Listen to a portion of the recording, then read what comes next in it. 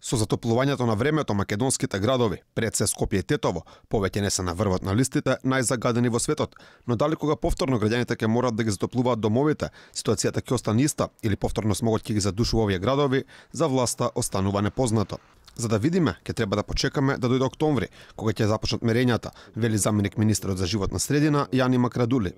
Тој во интервју за Радио Слободна Европа вели дека тогаш ќе се знае дали со плод вродил планот за чист воздух за 2019 година, за кој владата одвои само 2 милиони евра, средства за кои граѓанските активисти подолго време предупредуваат дека се премали. Точно е, прво тоа се покажува дека од домашното затоплување бидејќи го нема и се менува климата, немаме сега загадување,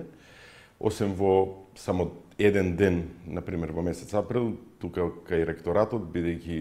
од градежни активности, од сообраќај, само се надминал тој ден. Тек ќе ги видиме ефектите кои ќе почнат мерењата од октомври, од грејната сезона. Иако загадувањето на воздухот е еден од најгорливите проблеми со кои државата се соочува подолг период, Макрадули вели дека тек после изборите ќе се распише оглас за инсталирање инвертер клими во повеќето јавни институции. Заради изборите чекаме да помине 5 мај да се распише повикот за инверторите кои што ќе ги